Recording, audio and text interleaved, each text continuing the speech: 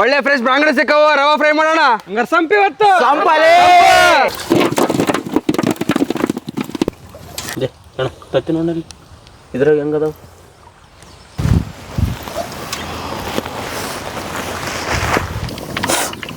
ಮೀನು ಹಚ್ಚಿಬಿಟ್ರಿ ಇದನ್ನ ಮೀನು ಫುಲ್ ಖುಷಿ ಆಕ ನೋಡು. ಈ ದೋಸ್ತಿ ಹಮ್ನ ಈ ಚೋಡೆಂಗೆ ತರ ಬಿಡ್ಬೇಕು ನೋಡು ದೋಸ್ತಿ.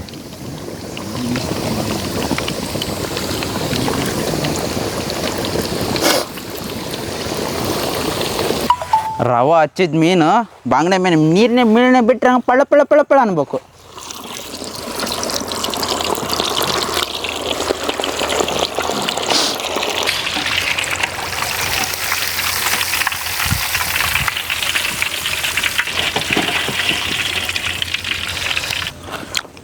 ರವಾ ಚತ್ತಲ್ಲ ಬಾಯಾಗ ಒಂದು ನಮ್ಮನೆ ಮಳದ್ ಇದೈತೆ ನೋಡಲ್ಲ.